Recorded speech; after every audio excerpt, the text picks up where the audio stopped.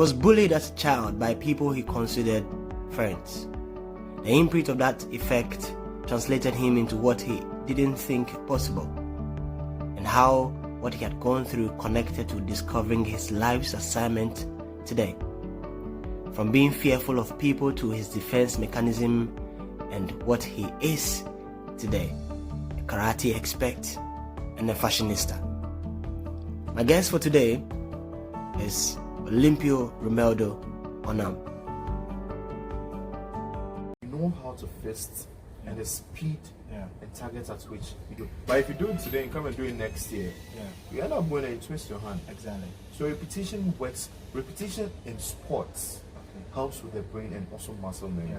So he kept doing the same thing for over 6 years. You know, people will understand the whole concept around practice, which they say practice makes perfect.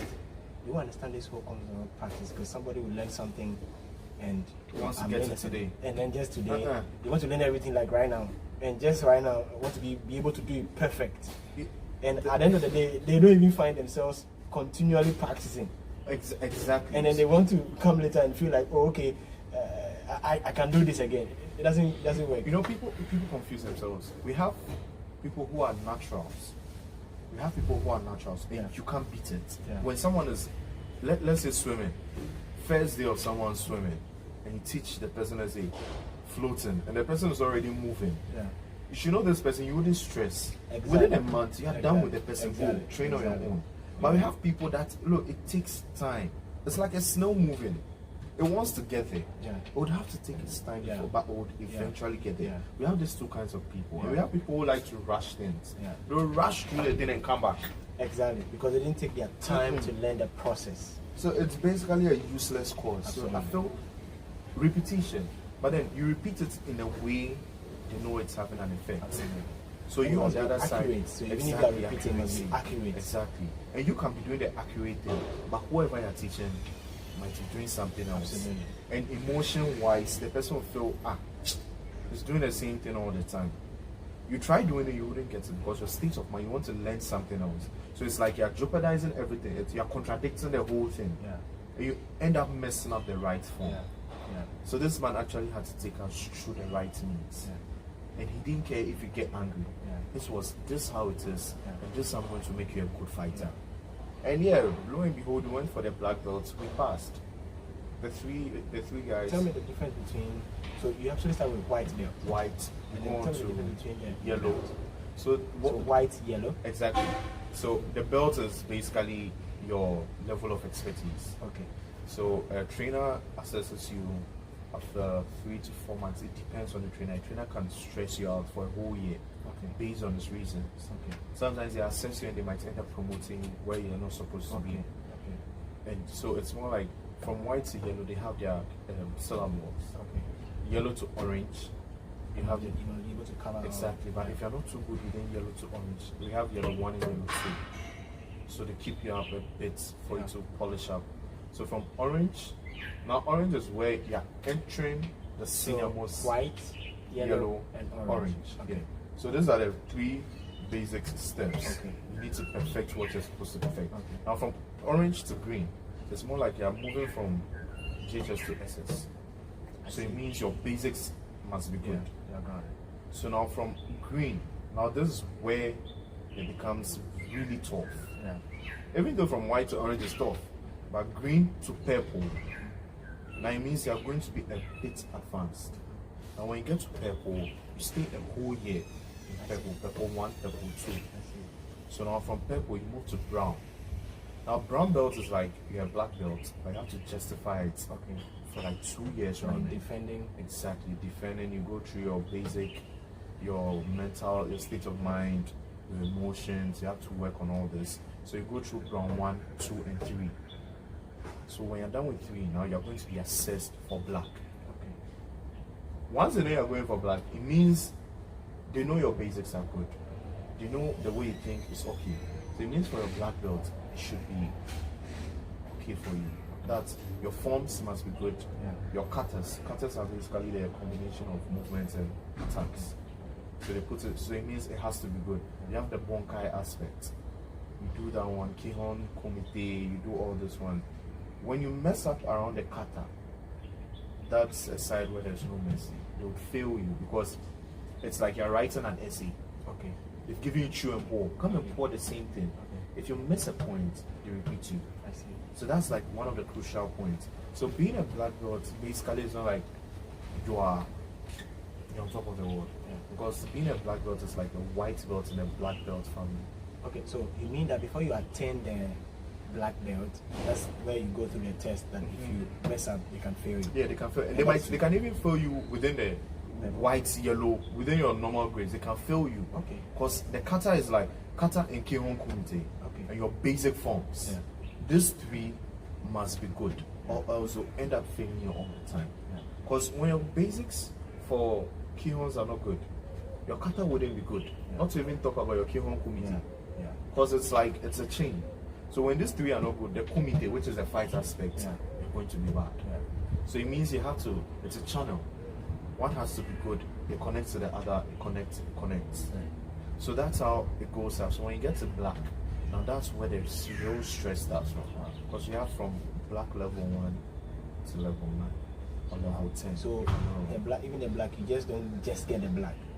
You need to get it. You have to go through that stress to get it.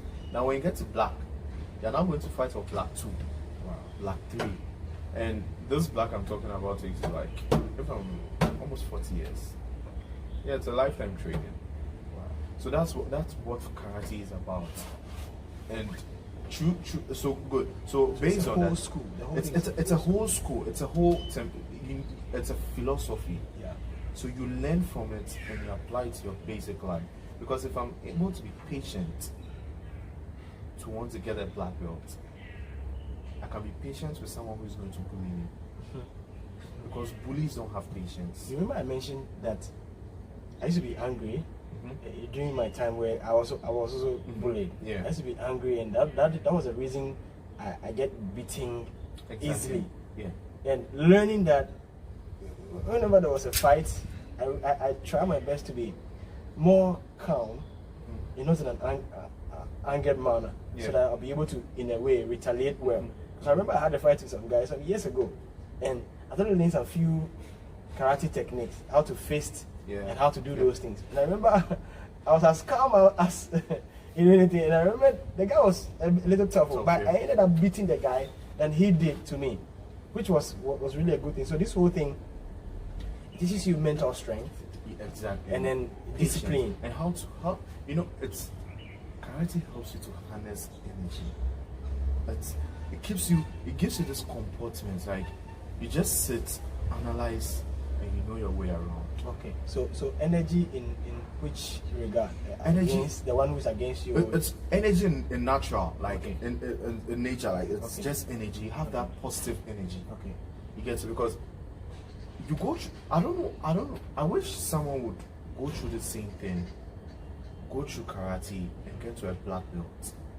You'll find out most black belt karate kids are very calm. Yeah.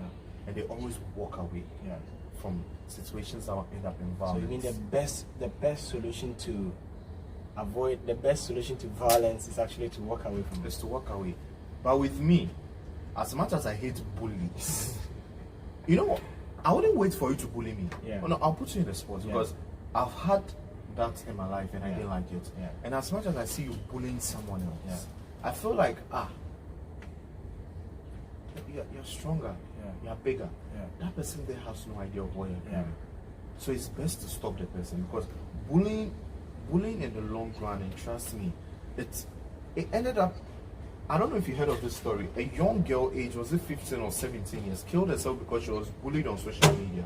Oh yeah, it happens. One American girl, very nice, pretty girl, killed herself. The news came out last year. I was like, really? And the guy was on social media bragging that he killed her.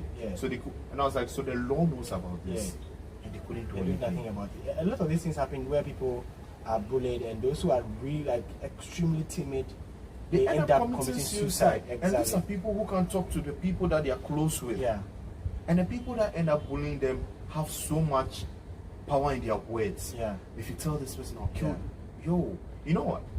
I I have this whole plan of tripping senior high schools and JHS schools to share the experience. Not my experience, but then have a seminar on bullying management and sexual harassment. It's something I'm trying to look forward to, because as much as we are sitting here today, people are bullied and ladies are sexually harassed and they can't voice out. They sit in it and feel the pain and act like nothing is happening. And deep down, emotionally, you're torn down. Your spirit keeps dying out, and you become someone who has no vision. You just become a lame person on the street who has no self-respect. You might say it to be normal, but then it's so funny. I have videos on Instagram. From the onset, you see it to be bullying, but trust me, it's a message I'm cutting across. Absolutely. I make it look funny, but trust me, bullying is... I don't know, the more I talk about it, I get mad. I don't know what can be done, but sometimes I feel violence can stop a bully. Doing something that will get a person scared will stop a bully. I feel that it's actually a good thing, because you realize that this whole concept around you being bullied and being able to learn karate now and where you are now, you realize that this connects to a purpose, which is at the end of the day, you realize that you be more of a vessel to defend people who are bullied, which in essence is working around your purpose. So you see, it probably is not really about knowing your path or not knowing your path. But at the end of the day, if you didn't even know your path, at the end of the day, what you go through helps you to see clarity in your path. So defending somebody who is being bullied is actually not a bad thing.